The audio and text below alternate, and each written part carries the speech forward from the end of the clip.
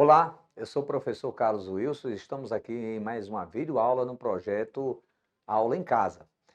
E vamos continuar mergulhando no campo da matemática. E o tema nosso é localização de números reais na reta numérica. Bom, falar de números reais, a gente fala dessa imensidão complexa em que os números estão, tanto na natureza como nas produções humanas. E a reta numérica ela tem desempenhado um grande papel em relação a isso. E a característica fundamental da reta numérica, essa que você está vendo representado aqui, é a questão da ponte de divisão, que é o zero. Tá? O zero é que ele divide à direita os valores positivos e à esquerda os valores negativos. Tá? Nesse caso, vocês estão vendo que à esquerda você tem 0, 1, 2, 3, 4, e à esquerda, bem atentos, menos 1, menos 2, menos 3 e menos 4 já no sentido oposto. Bom, quando a gente vai localizar os números inteiros na reta numérica, essa localização talvez seja uma das questões mais utilizadas. Quando você tem lá, você já veio talvez utilizando a régua, você utiliza lá o 3, o 4, o 5, você está utilizando medidas numéricas inteiras. E essas medidas numéricas inteiras são bem fáceis de ser representadas na reta numérica. Veja exemplo dessa localização do número 3, que está aí à direita do zero, que são os valores positivos, e do menos 2 aí à esquerda do zero. Tá? Já quando vamos localizar os números fracionários na reta numérica, temos que ter essa atenção.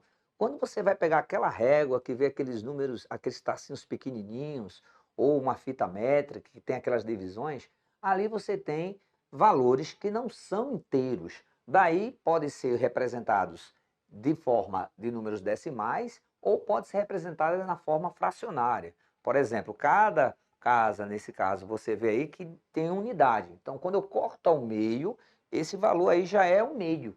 Então, o meio, a metade, tá? Então, você tem que o 1 seria, utilizando o padrão 2 sobre 2, e quem seria o 3 sobre 2? Seria lá o meio entre 1 e 2. Então, é como que você tivesse pegado aquela reta numérica e deixado de estar olhando 1, 2, 3, 4, 5, 6, e aí você, quando a gente fez apenas uma divisão, a gente olhasse como 0, 1 meio, 2 sobre 2, 3 sobre 2, 4 sobre 2, 5 sobre 2 e assim por diante. Como você tivesse o sobre 2 significa dizer as divisões que você está fazendo dentro dessa reta, tá?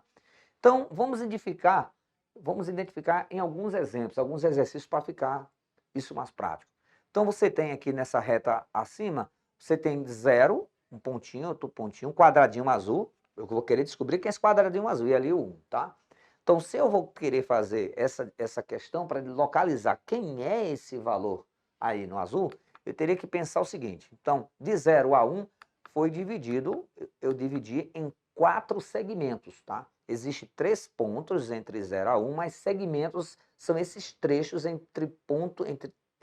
de divisões entre 0 e 1. Então, tem 4 divisões entre 0 e 1.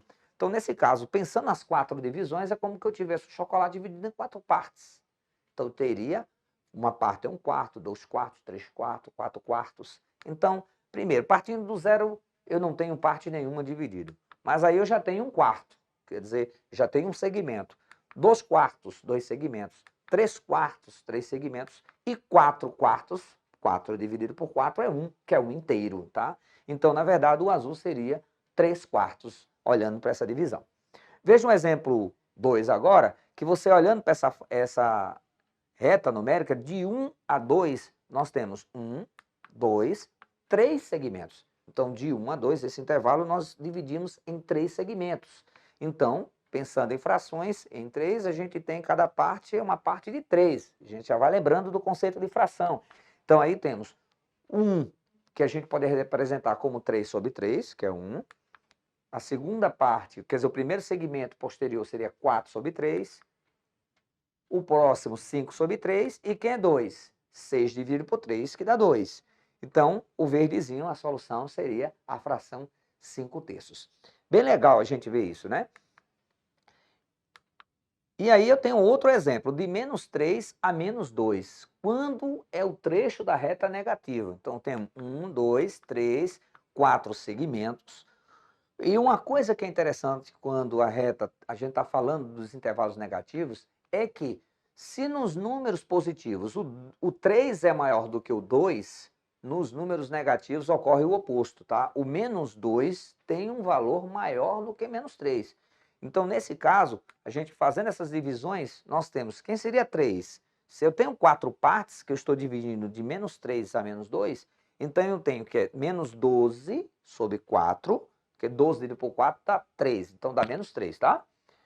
Então seria menos 11 sobre 4, a gente agora vai em processo de regressão, tá?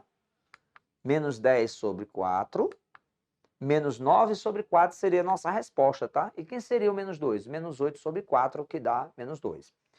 De forma análoga, eu posso fazer essa outra questão aqui, para encontrar de menos 1 até 0. Se você sair contando, contando, contando, você vai ver 3 pedaços, 4, 5, 6, 7, 8, 9, 10 segmentos. 10. Quando a gente vê 10 segmentos dividido de um número inteiro a outro, a gente vai lembrar logo de quê? Daquela régua que você usa lá na escola, né?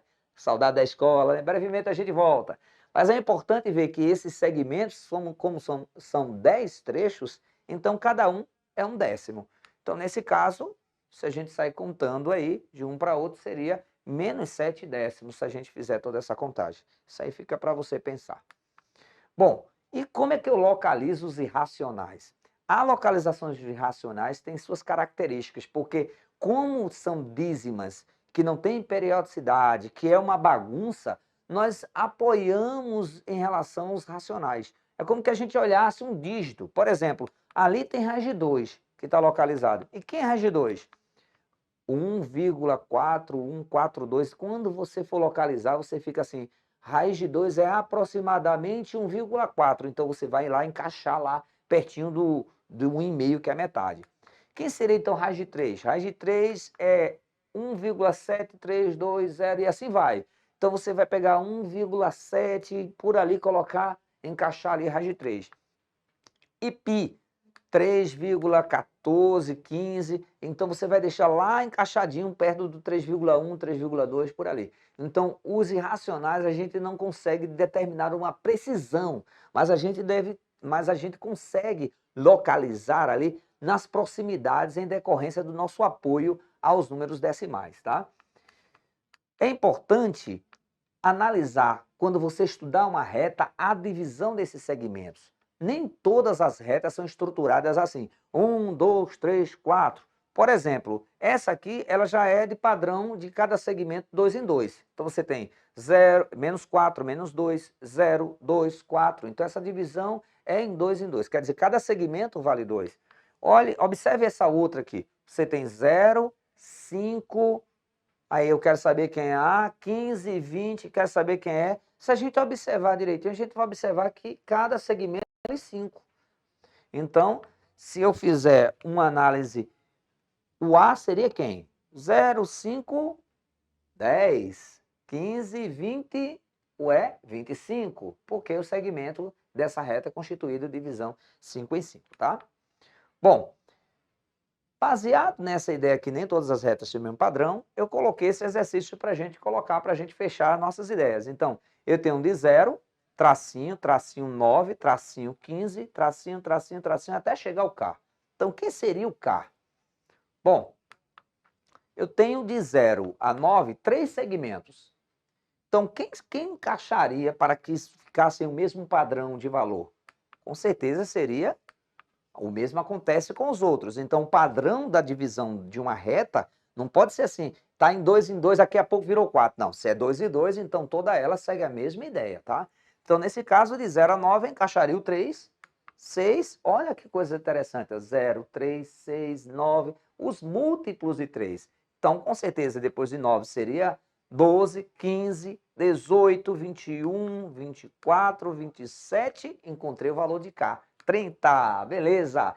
Então, a ideia de reta numérica é isso, tá ok?